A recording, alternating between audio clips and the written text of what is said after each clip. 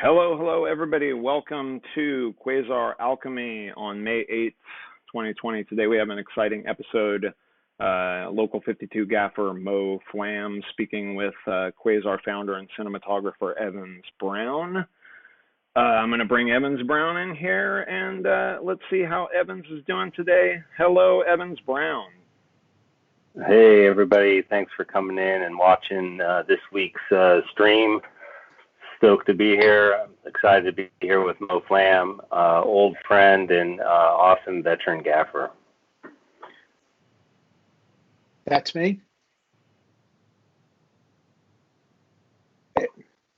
I think you're on, Mo. All right. Well, happy to be here too. Let's start chatting.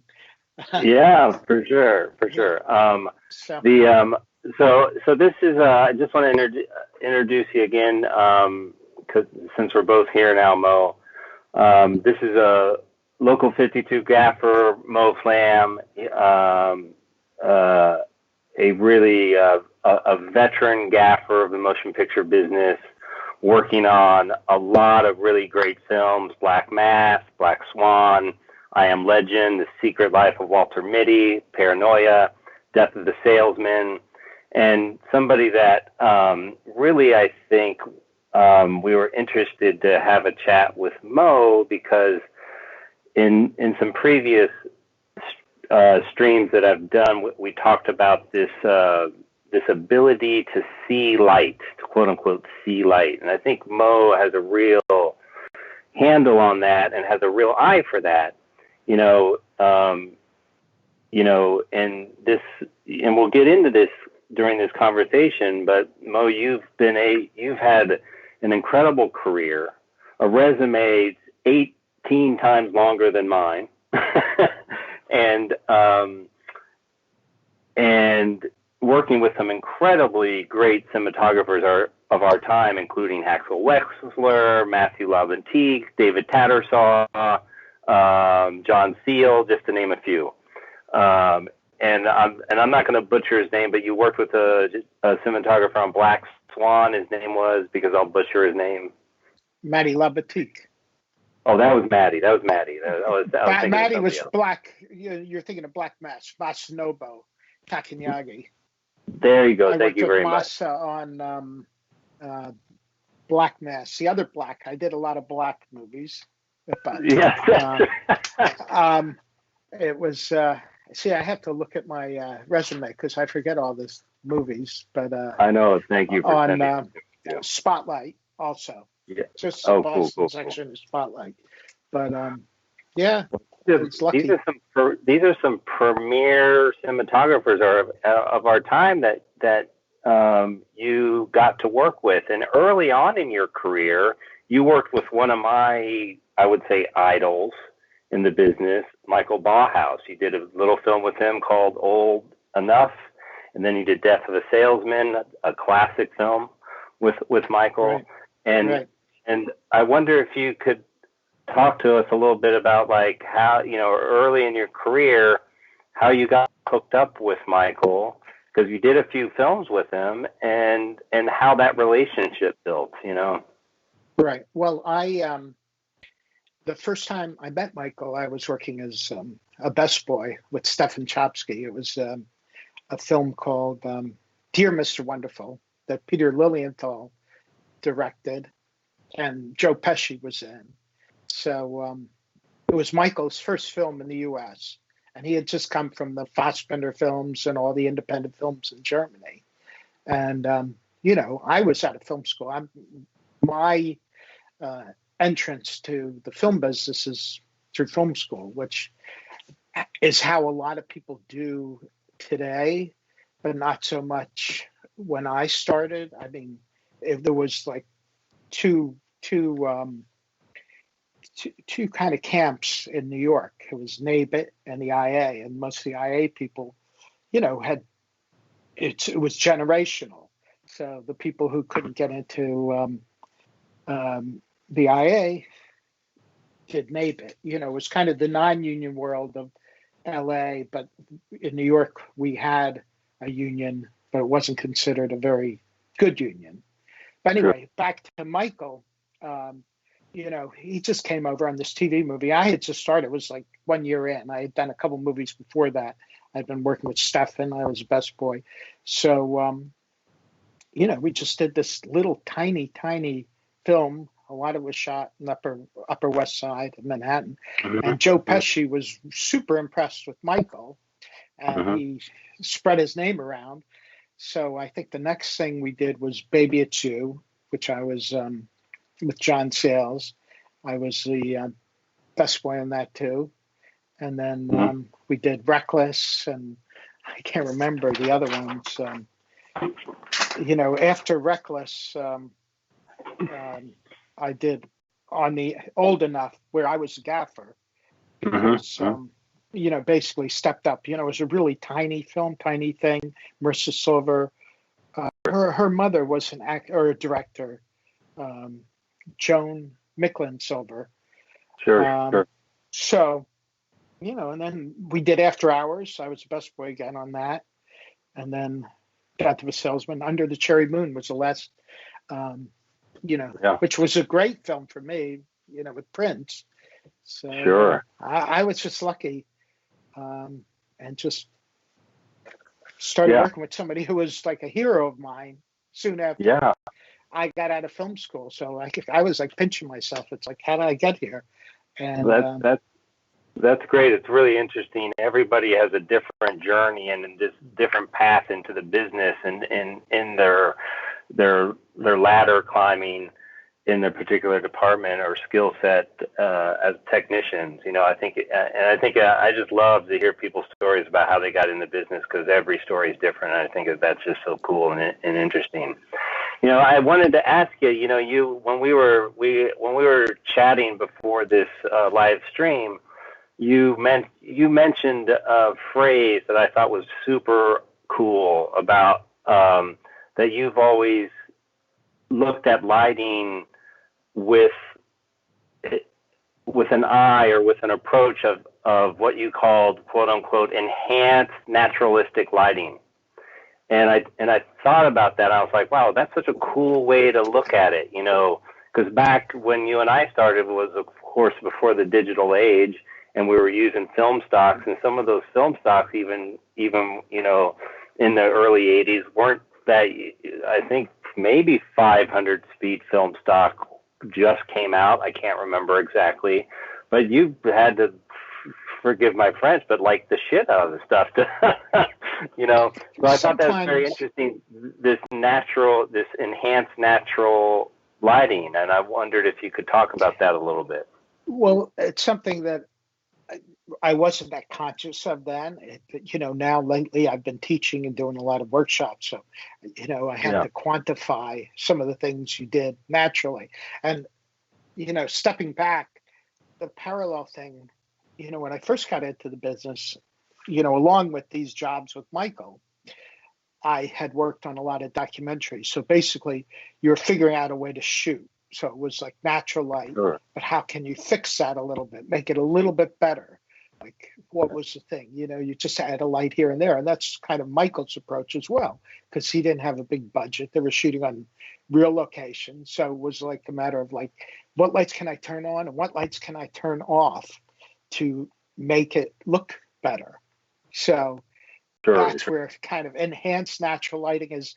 It was by, we're forced into it basically. So making something that you had look better.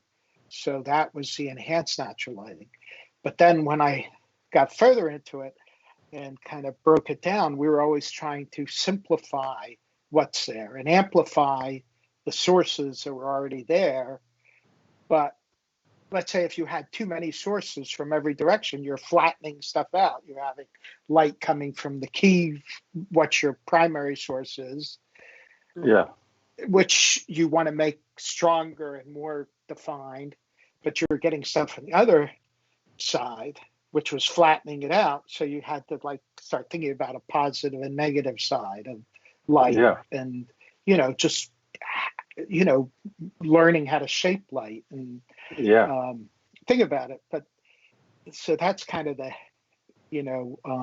enhance natural lighting. It was just like fixing up Sure. what you were stuck with. Sometimes it was just like a Band-Aid, and sometimes Sure. it was like making a good picture, something, a good image. So, there's different degrees of how much you can enhance something, Yeah. Sometimes you can't do it and make the best out of it. And, it's just, I, re- go I ahead. remember I remember I remember back then too. You spoke of turning a light off, and I think that's so important. I think that's such a poignant concept, and it kind of goes along with negative fill. And I remember back in the 80s and 90s, we using negative fills kind of more. I mean, these digital cameras really need negative fill. I mean, oh my gosh, it's like if you Yeah. could paint all the rooms dark black or something at your off-camera walls, you'd be like excited to do it. But I think that's something really great for the young filmmakers and cinematographers and gaffers within our scope of our audience. I think that's really interesting because it took me a long time as a lighting technician to learn the importance of that. Yeah.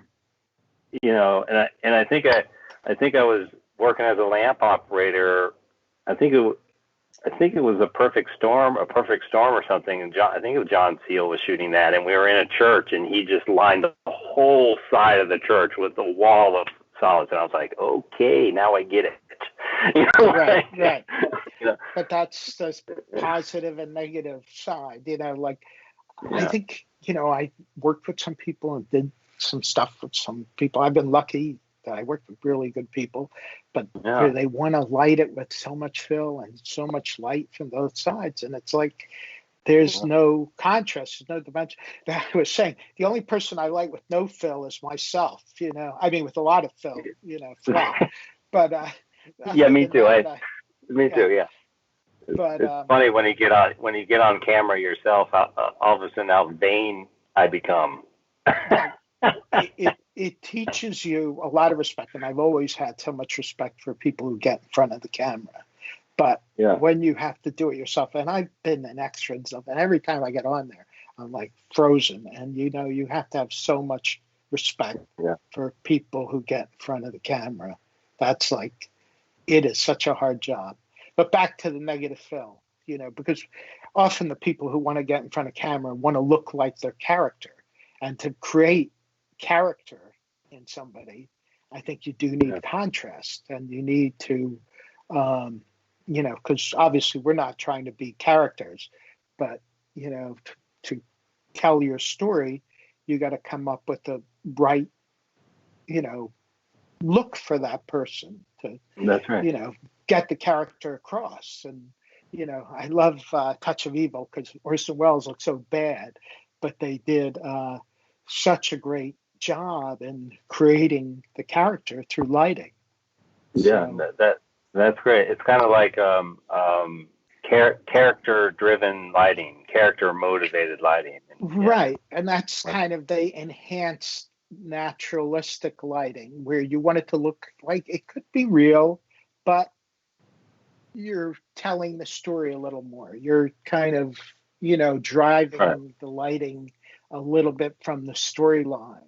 So do you believe, Mo, that like if there's a practical in the frame that's on, let's say, like that little practical back, that little Q5 that I have back there burning in the background, that the light should always be motivated from a source like that, or the moonlight in the window? Well, I try to, it's like in blocking, you want to do that, well, that's why it's very important in blocking the scene or placing the practicals, that they're going to be in a position that's going to help you get the character motivated. So if, you have the little practical over your right cheek, I would make that your bright side. So if I were lighting you in a dramatic way, on your camera right to me, I would put the negative fill, and then I would just wrap the light around from that side, because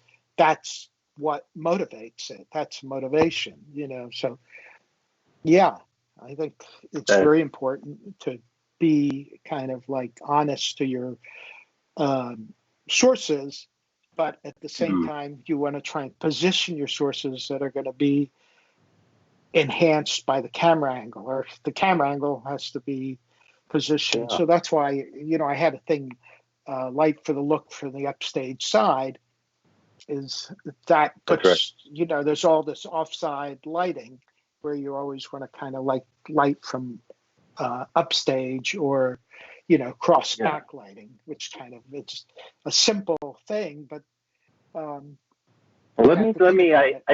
I think Mo, for our audience, I think what you just said is super important for somebody that's learning lighting, or as it relates to blocking. Mo just said you light on the upstage side, meaning the camera is the proscenium wall, is the audience. And if you relate this back to the stage, upstage would be away from camera, okay?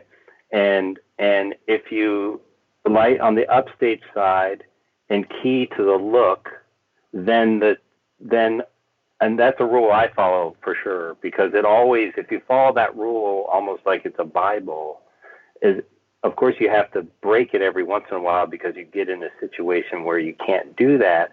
But right, Mo, it allows the camera side to naturally fall off into shadow on the camera side. Right. And that's the thing. And honestly, for me, it took a long time to quantify it. So I have lighting rules and everything. Yeah, me too.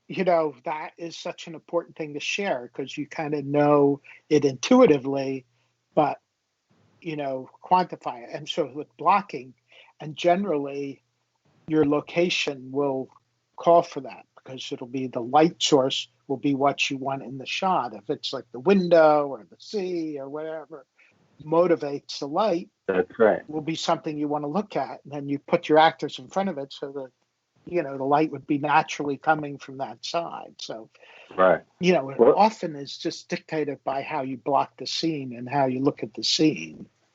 That's right. And I think that's really important that you bring up the blocking too, because as I made my transition in my gaffing career into a cinematography career, it wasn't really until I became a cinematographer that I would find situations where, you would watch a blocking and you kind of know, like, oh my gosh, if they could just go a step over there, it'll look so much better. Now, let me ask you, you worked with some great cinematographers and you would watch a blocking rehearsal with them, right?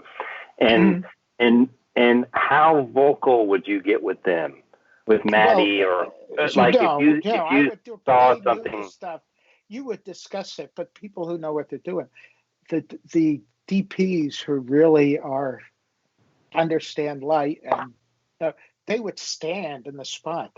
They're like the mother goose bringing their goslings behind them. Just by standing in the right spot, everybody will follow them and start looking in that direction. And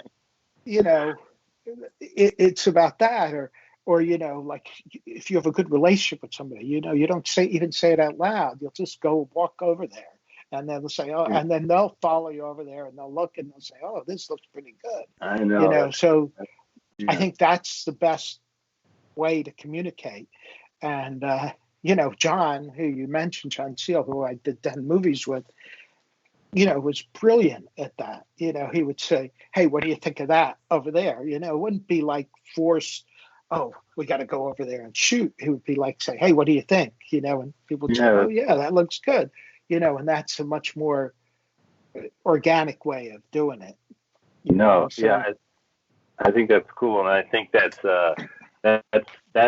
really shows you the practiced person that isn't forcing a director to do it just for the lighting, for the sake of it. You certainly can't do that. Yeah. And like you say, you don't win all those battles. It's like, sometimes you have to take no for an answer. You go to somebody and say, what do you think? And they'll say, no, I don't. But so often a lot of directors will say, if you say, what do you think of this? And they'll immediately, the first answer may be no, but then they'll filter it for a minute or two and they'll say, oh yeah, like It's like, because they have a really set idea of what they want to do, and rightfully so. So That's right. it just sometimes it takes a little filtration to get there. Yeah, that's such an interesting dynamic in how the gaff or the key grip, the dolly grips, the camera operators all are there kind of just to help facilitate those things in the most gentlemanly way as possible. And I think that's a really great thing about our business. And when you have someone like a great one like John Seal or something that is so respectful, that's such a nice working dynamic. Well, his thing is always to tell the story and just tell the story the best way. He had a saying, and I always share it with my students: it's better to make bad-looking good movies than good-looking bad movies. So it's always important to tell the story, because it makes your photography look good. And then you just get all the elements working together and just tell that story. Yeah, that's because the actors and the script and the director are the most important part of the whole process. Really, if you don't have good stories and good actors, you're not. Yeah. No matter how good your lighting is, it doesn't matter. That's right. Exactly. That's a very very true statement. It makes me want to go back a little bit, because you said you came from a documentarian experience as a young filmmaker. You work with Haxel Wexler, who has a lot of experience in the documentary world, and how working with him, doing your own journey as a documentarian filmmaker, how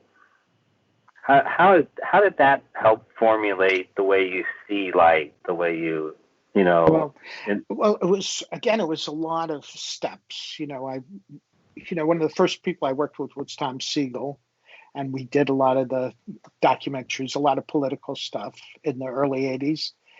Mm-hmm. So the first time I met Haskell was on Latino, a film he made. It was a kind of an indie film we were doing in Nicaragua, and we had to bring everything down there.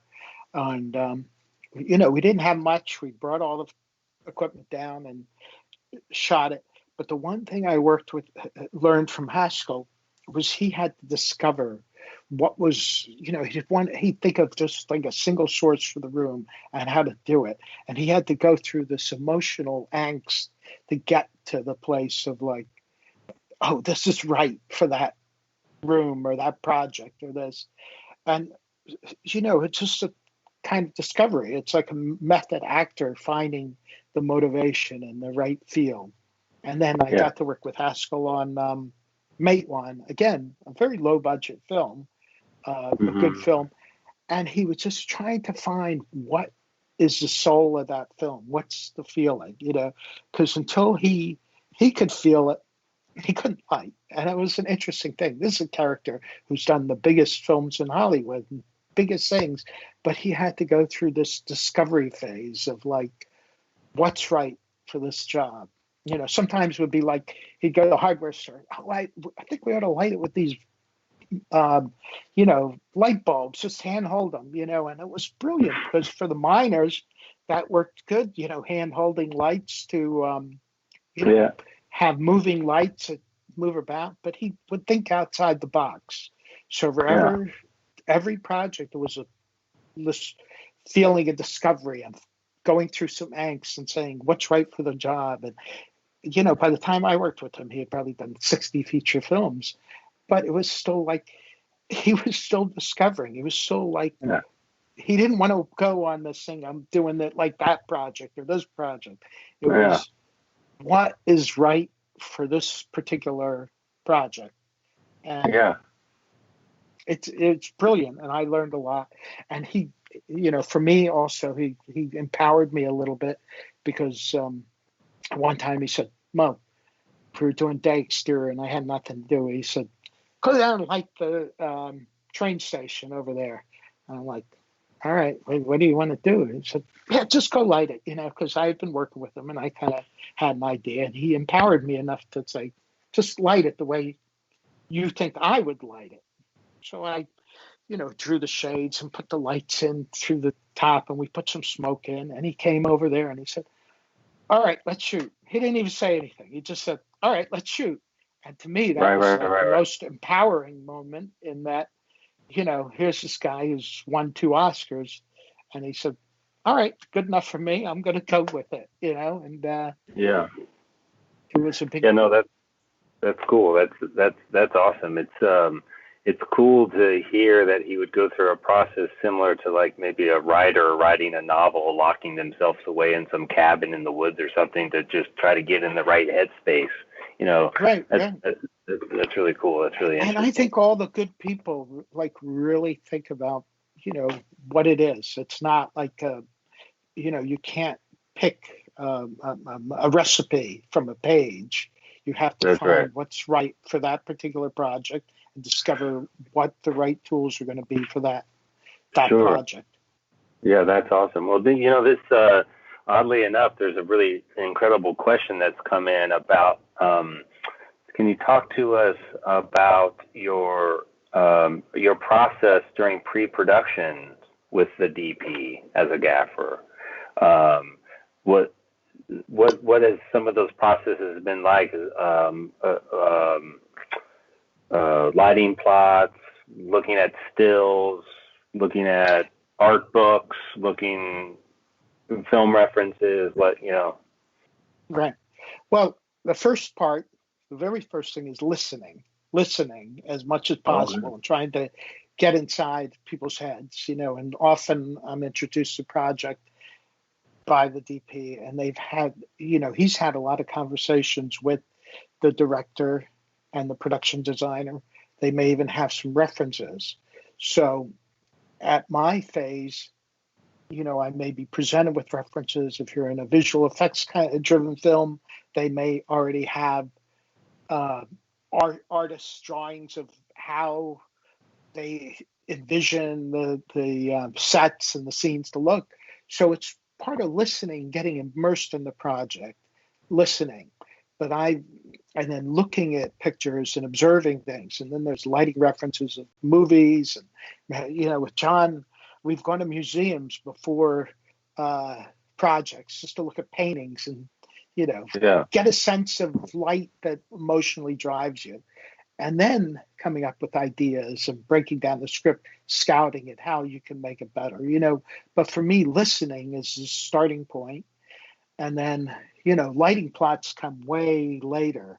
You would have to do lighting plots, obviously, for sets, but you would do plots that would allow you a lot of flexibility, that allow you to, shape the light for the scenes, So any set you pre-light, you're trying to design a lot of options into it. But a lot of it's determined when you, when you block it with the director too, when you do the tech scouts, or sometimes I'm involved with scouts beforehand, with the director and DP, where you get a sense of which direction you're going to shoot in and where, where the lights started coming from. So it is an evolving process, and sometimes you have more prep and less prep. But to me, the key thing is always listening to the DP and the director and the production designer, and often just to get on the same page. And I think that's that listening, I think, is very important. I think it's this might be an interesting segue just via what you were saying about just now, and to turn towards technology a little bit. Like when you and I started, we had Fresnels, we had zip lights, soft lights, we had open faces, but there was basically, there were a lot of different kinds of lights out there, whether it was in-betweeny, inky, baby, 8-inch junior, whatever. But, now we have all this technology where light gaffers and lighting technicians are I would say, like, right up there with the skill sets of the camera department and learning, like, all these lights now are computers. Like the sky panel behind you, the Q25 rainbow behind you. Every one of these has different protocol, different profiles, and things like that. And there's just this huge variety of lighting sources. I mean, they're still kind of hard and soft, but like the soft light that comes out of a Q25 or a Q50 rainbow has a different quality that comes out of the sky panel. So as it relates to this prep, as it relates to your crews, to yourself, if we could just talk a little bit about the importance of keeping up with the technology, and maybe as I'm rambling here, you know what I mean? But it's basically just like how do we? Is it important to keep up? Could you stick to your guns and like, I'm just going to use tungsten and Fresnels. I'm not using all this crazy new product.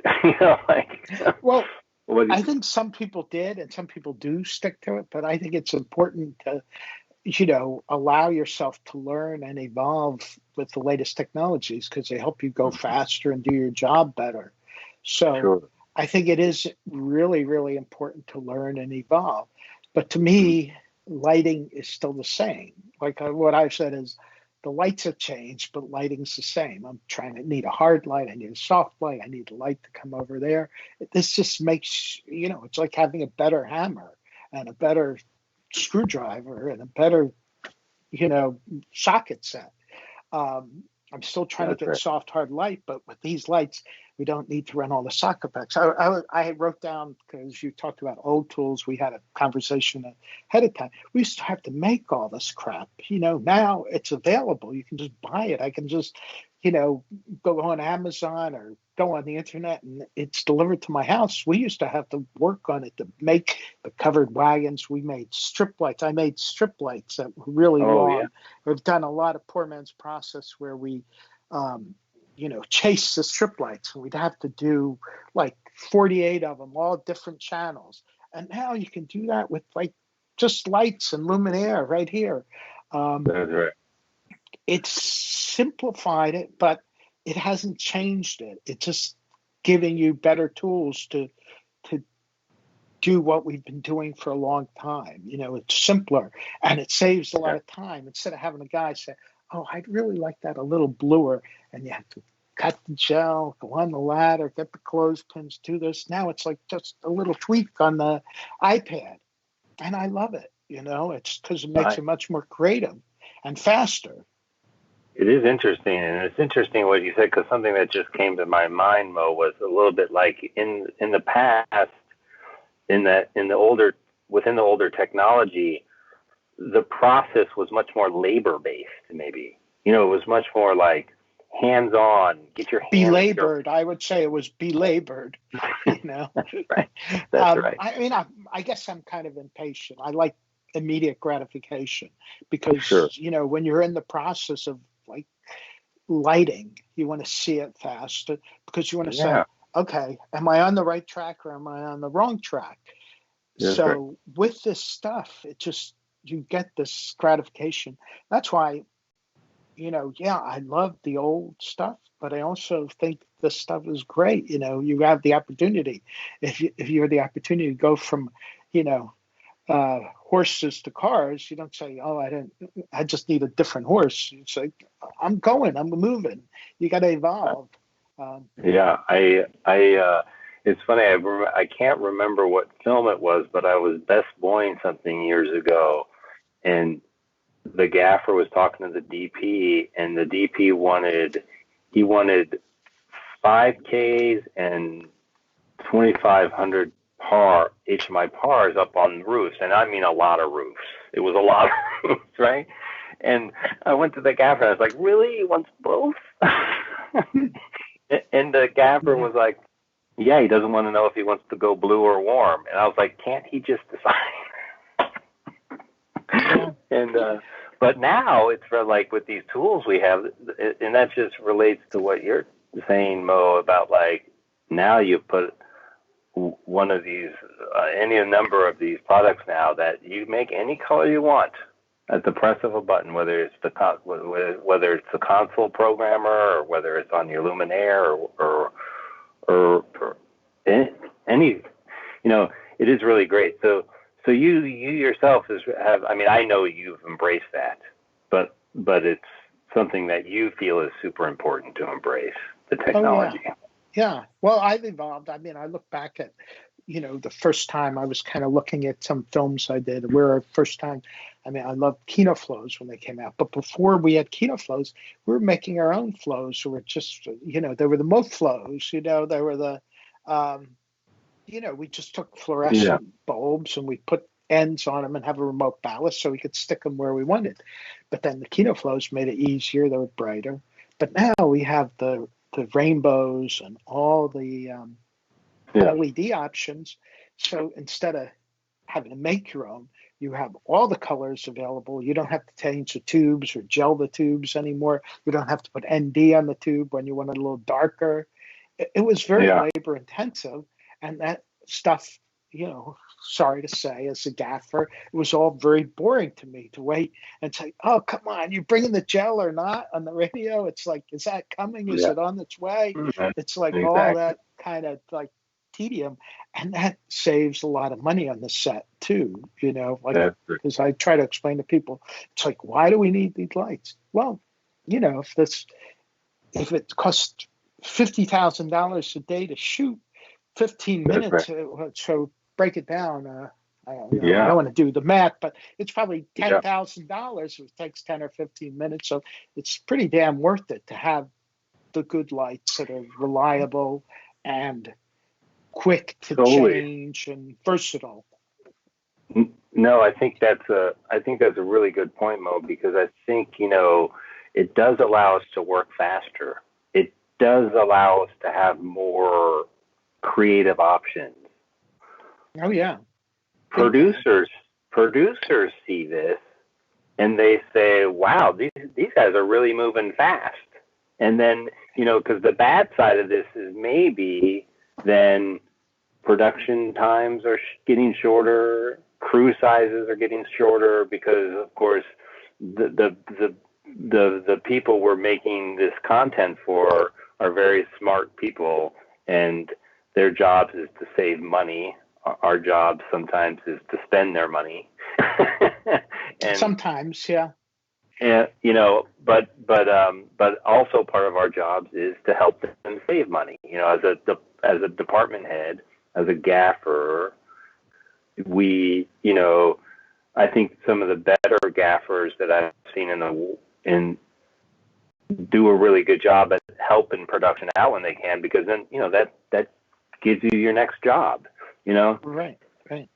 Well, I always think I'm the custodian of the money. It's like you don't want to waste it. You don't want to blow it on 5 ice cream cones when you have next week you have another thing. So good producers will spend money smartly, but they'll recognize where it's worth spending a little more because you're getting value for your money. So you really have to, it's budgeting. It's not like it shouldn't be me versus them. It should be a team, and you're trying to budget. You're trying to get the most value out of that budget. Where you get the most lighting punch. Is it worth it to you? Is it really worth it to spend the money? So I've always been very cheap and very self-policing about that. Yeah. But sometimes, you just need to, you got a big set, you got a big thing, you need to build the versatility in to go fast enough, because often you're like, want to do reverses really fast. So you need lights on both ends of the street, so you can just shut that off and turn that on and be ready to go. So, it's planning and all that stuff. Sometimes you have to spend some money to, do the project. Sometimes you have to spend some money to save money. It really works that way. Well, the good producers understand that, and I think for our young up and coming artists that are in our wheelhouse of our audience, I think it took me a long time to learn that. You know, it you're kind of sometimes brought up under the wrong systems. I was a little bit in thinking that production's bad. We are trying to make something great, but they're not bad. I think the moral of the story here a little bit that you're talking about is that if you put yourself in their shoes, they have all this money they're trying to manage. Being the custodian of your lighting budget, I think, is a really cool way to look at it and really super important. And if you can be a department head with that in mind, producers, line producers, studio executives will see that and recognize that. And when you get in trouble, like, oh my God, I need 3 more condors for this night or 1 more generator, Right. they're gonna help you. They're gonna help you because they know that you're helping. Right. Well, the best is when you're have a good dialogue and have an honest exchange of views, and and they realize you're on the same page. You're just trying to do the best you can with what we've got, and sometimes you have to be able to take no for an answer because they just don't have the money, and you'll have to modify the expectation.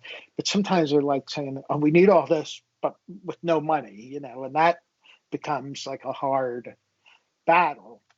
But you have to scale it. You have to really think about it and understand what the budget is and do the best you can with the budget. Obviously you can't just pillage the budget because you're not going to get another job. Yeah, the gaffing role, the chief lighting technician, is such an interesting position because you have a creative side, you have to have a business side to dealing with production and budgets, and you have to have the managerial skills of running a crew, whether it's just 2 people or whether it's 15 people or whether it's 25 people, including your rigging crew. So it's a multifaceted skill set, that takes some time to develop. It's not like we go to college and learn how to do this. It's not like even if you go to a film school, you don't learn those skills. They are learned on the job, right? Right. No, they evolve. It takes a long time to learn. I'm still learning. Every day I learn. And it's very important for young people to keep learning, because you have to remain curious and try to learn. Yeah. Like I've said, sometimes I had people who come in, do workshops, and sometimes they come in and they're like, they know everything. Like, whoa, you're wasting your time here, because if you know everything, you can't learn anything else because nobody knows everything. So you always have to keep trying to learn something new, and and that's what I learned from Haskell.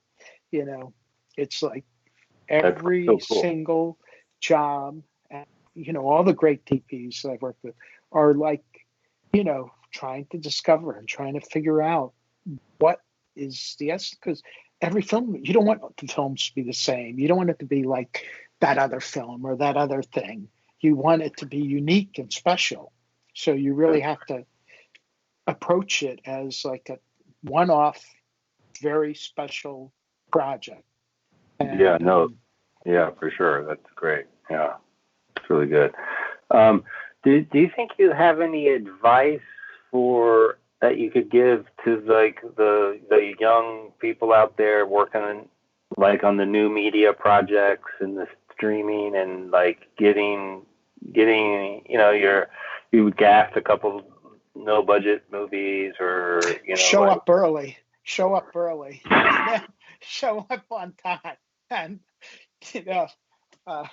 that would be one of my first bits of advice. But they just have to try and be committed to it, and listen and just try to do the best they can on this, and just figure out what you can bring to that particular project. You have to be focused. That's for me. I kind of stopped working a couple of years ago because I was finding that I wasn't as committed to stuff. I wasn't giving like my 110%, and I never ever want to be in that position where you're not there fully, because in order to work in this business you have to be fully in. You got to be just committed to the thing. You can't there's no calling it in the film business. It's all about being there, committed and ready to do whatever you can to make that project work. And if you can't be that way,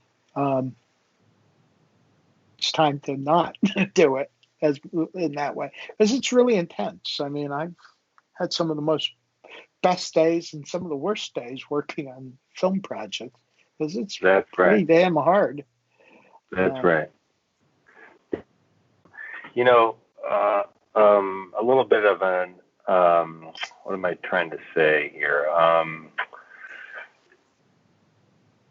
You and I had a conversation.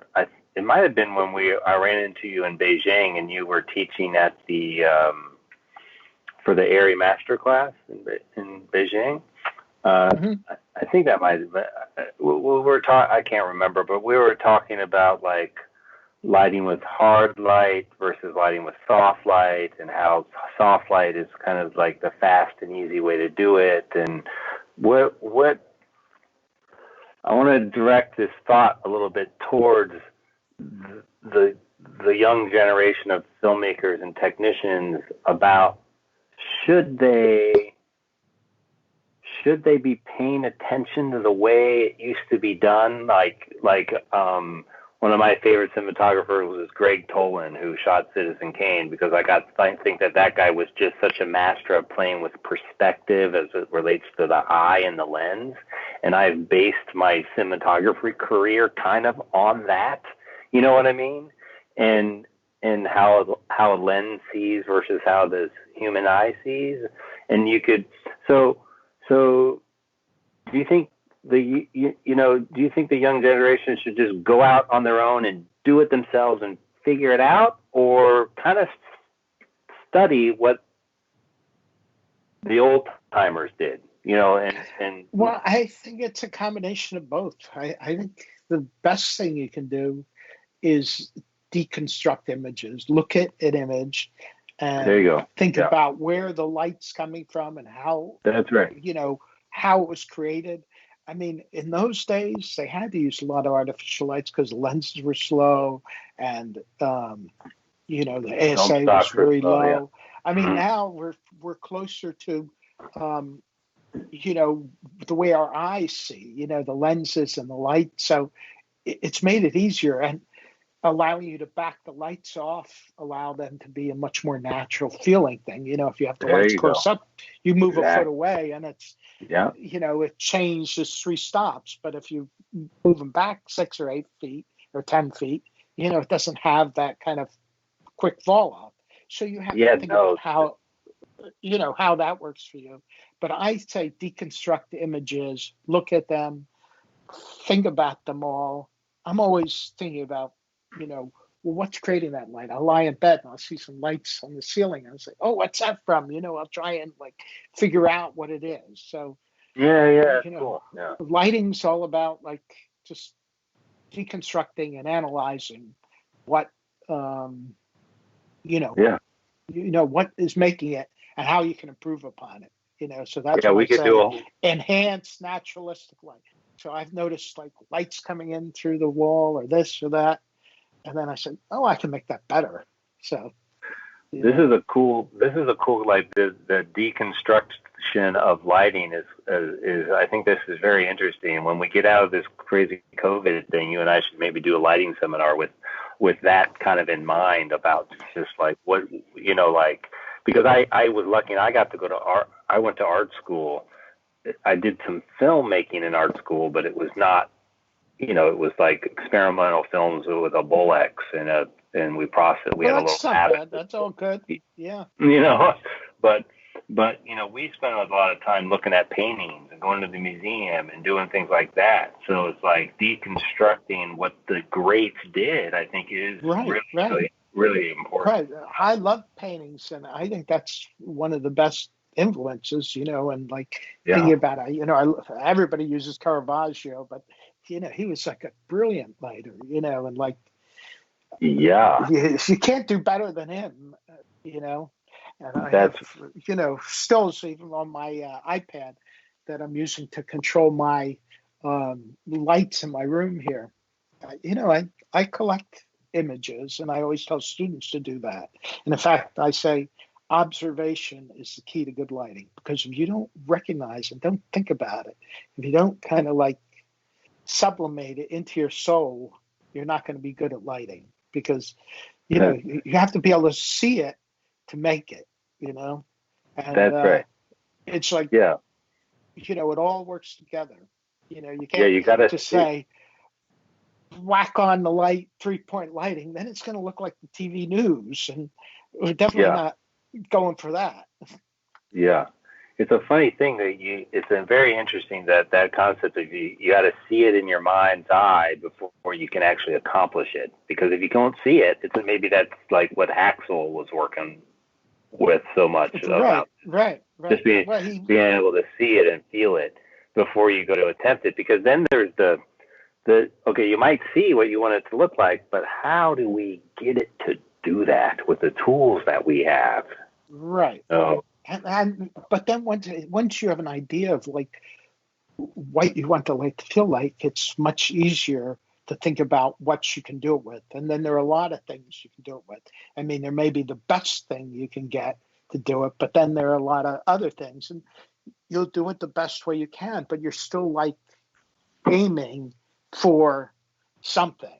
If you don't know what you're looking for, aiming for, you're never going to get there. You need kind of a roadmap. I have students come in and they're like saying, and I say, how are you going to light this? And they're like, oh, I'm going to get a 10K and I'm going to get this. And they're like, well, what are they going to do? What's the point of that? You got to start with the idea of the light before the actual physical units and instruments and tools, right. So Yeah. I think that's the main thing, Yeah. Yeah. No, I think I'm learning a lot actually talking to you, Mo. Like these thoughts of deconstruction of lighting, I think is super cool. These, something that you might think you do. Someone said to me once, lighting's a little bit like kung fu. If you think you're good at it or a master, think twice, because that's when it's going to kick you in the ass. It's very true. It's very true. I mean, you can, yeah, go ahead. Sorry, go ahead. Yeah, but you can always keep doing it better and simpler, and those are the things, I've always tried to simplify it, and like, perfect lighting for me is one light if I can. But then sometimes the one light doesn't reach everywhere and you got to add something else. But you start with that idea of like, what is the light for the scene? Where is the light coming from for the scene?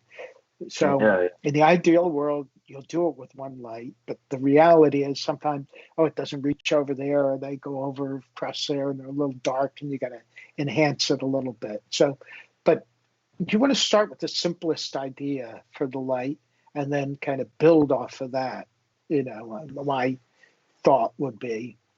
Yeah. There's the concept of single source lighting. Sometimes to make it look single source takes 5 lights. Yeah, sometimes it does. Well, it's funny because, when I do like the practical lighting workshops, I say, I don't like the light. I'm somebody who doesn't like the light. But then suddenly, there's a setup and there's 12, 15 lights. It's like, I don't know how they all got there. But what happened? Somehow it happens. It evolves or devolves. I don't know how you want to say it. But, sometimes it happens. But you want to keep it simple, but you want to have a purpose, and you want every single light to do something that's going to help the scene. If it's not helping, you don't need it. So Yeah. Sometimes you need them all. I don't know. Yeah, I've noticed something a little bit too, like you go onto a location and you have a day interior. I mean, the easiest thing to do in the world is blast the big light through the window, let it bounce around in there, and you're done. You know, and it works really great. The thing that kind of annoys me about that is that then the window is just blows to kingdom come and exposure, and all of a sudden the the set's a character. There's the characters in the movie. There's the characters that is the set, the environment that they're in, and then that view out the window so often just becomes an exploded white cloud of exposure. It depends on how you do it. I mean, really, because you can hold it. It's shears, I mean, then it gets into the set dressing world and like what the window treatments are and stuff. I mean, so yeah, there are a lot of elements, there are a lot of nuances. So you got to work with the art department. If you're like really saying, okay, I need to see out the window, you're probably going to pull the shears back because they will blow out if you have that. That's right. You're going to have a different, approach. But I like to start in a natural way and just really think about what the natural sources would be to light the room. But then you'll move on and see what other objectives there are based on the director and the DP will, say, well, we really got to see the stream out there, or maybe it's a storyline of you got to see a car outside with some action happening with the cars that's tied in. So yeah, you have the base you're lighting on that. I mean, I think the example you were talking about mainly comes when you have like window treatments that tend to blow out, right. When you hit them with a lot of light. But it is a natural thing. I mean, I love the big lights coming through the windows too. It's the best, yeah. Smoke. So you got to see what works. I mean, again, there's no, you got to figure out what the right answer is for that particular project and that particular scene. Yeah. You just mentioned smoke and atmosphere. What about atmosphere in the digital age versus back in the film days? And I think it's a lot safer these days. We don't have smoke cookies and oil crackers and God knows what I've inhaled in my lifetime. But I mean, I love atmosphere. I mean, now it tends to be what do they call it? There's smoke and there's haze. Tends to be haze. Right. But the products have gotten better. I mean, they're not as good. I can tell you a story when we were doing music and lyrics. We had a big scene that takes place at a rock concert, the characters from the concert. So we worked with this big rock and roll staging company and lighting company together to do it. But when it came time to put the haze in the auditorium, because we're working on a film set, this was 2006, we couldn't use what they normally use for 50,000 seat concerts.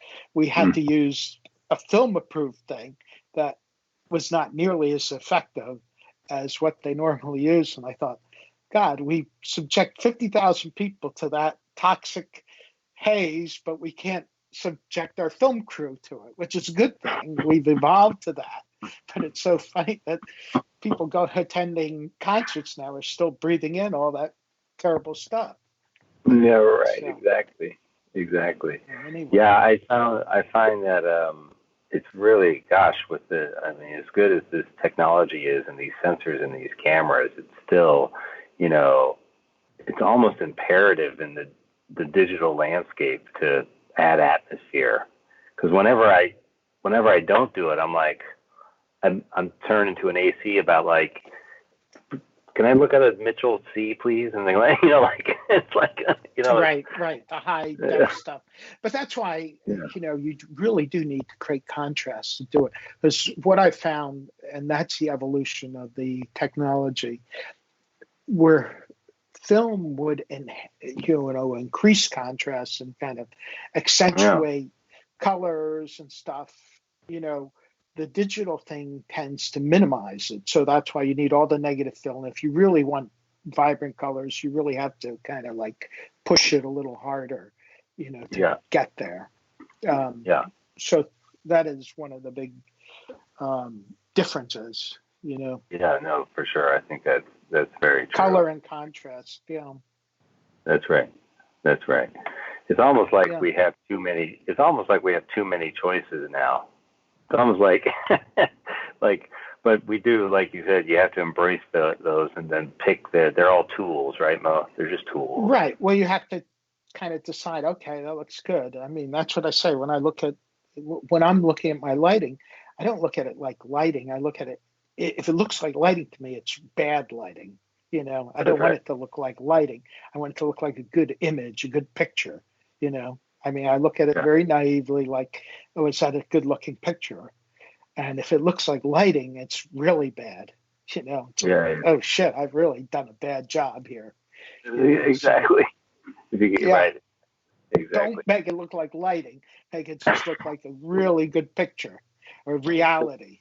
So sometimes you have to, with John Seal thing, he said, I like to have mistakes in my lighting because then it looks real, like that thing that's black and that's out of control, or that thing that's just way overexposed, because then it makes it look real, like so it's that combination thing. When people have that too much control, they put in this like narrow range and it just looks bad, it looks too controlled. Right. So sometimes you got to be out of control. You got to go a little daring and a little reckless. Yeah. Well, that's a great thing to hear about John Seal, and and you mentioned this earlier too. Nobody wants to do the same thing twice.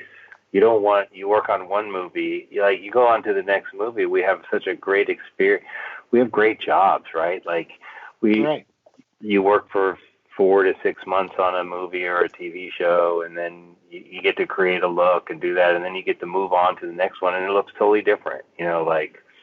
That's I think it's really fortunate. Do you think that, again, for our young filmmakers, or I guess this is more for like cinematographers and gaffers,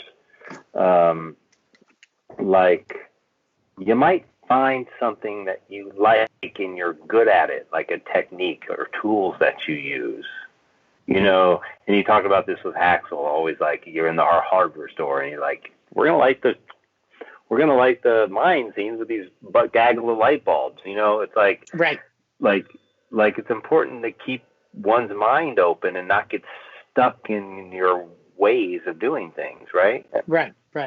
Well, you have that tool if you need it. Sometimes you got to fall back on it, but you don't want to just because if you fit that tool to every situation, it's going to get really boring to see the same thing over and over again, and you're not going to be that successful. You have to get the right tool for the right job, and I think that's like the key to it. If you keep using the same thing over and over again, you got to save it for the right time. Wait for it, and then it's going to be good. That's right. So that's right. Yeah. Everyone's got a little secret weapon in their pocket. And bring it out when you need it. Don't show it till you really need it. Save it for the right situation. It's super show important. Your weapon. Don't give them your good shit until you really need it. That's right, man. That's right, because then it really matters, and it looked like you saved the day. Right. Yeah. So, they just wait for it at the right time. I think we've talked their ears off. Maybe, I don't know. Okay. But anybody have any questions or anything? One last little thing is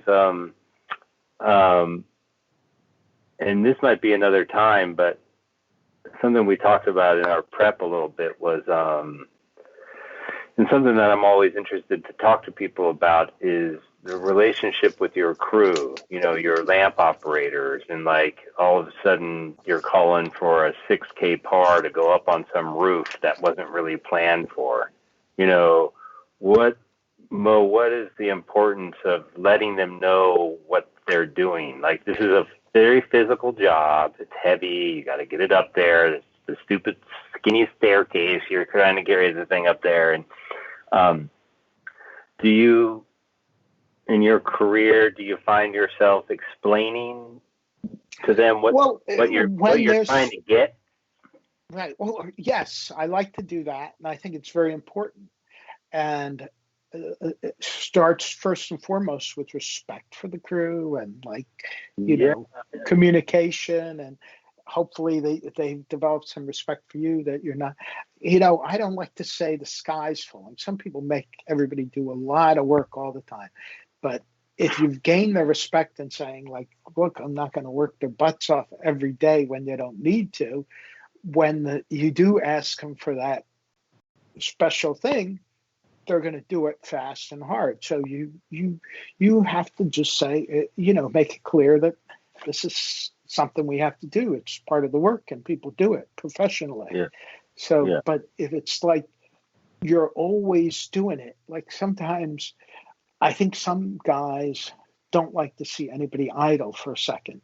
But for me, it's like kind of a balancing act. Some days are going to be like relax, and you're going to get a tan for the crew, and they're going to be able to go fishing or do whatever. But then there's some days they're just going to kick butt all day long. So if you gain that kind of respect over time, and I've worked with the same people for a long time, and I think we've got mutual respect. They're like, okay, yeah, we're going to do it, and they're going to do it fast and do it well and get it done, because they know if you're asking to do something, there's a reason, and we need to do it. So I think it just comes out of respect like that, and I'm lazy, and the guys know that I'm not going to screw them around. So I think that's good. Yeah, that's I think, and I do want to explain. I like a very smart crew. I've had very smart crews, very good crews, because I'm basically lazy. And if they're paying attention, doing all the work, I get the fuck off, So it's pretty good. It works out really well. Scott McLean says hi to you, Mo. Okay, hi back to Scott. Back at you. Yeah.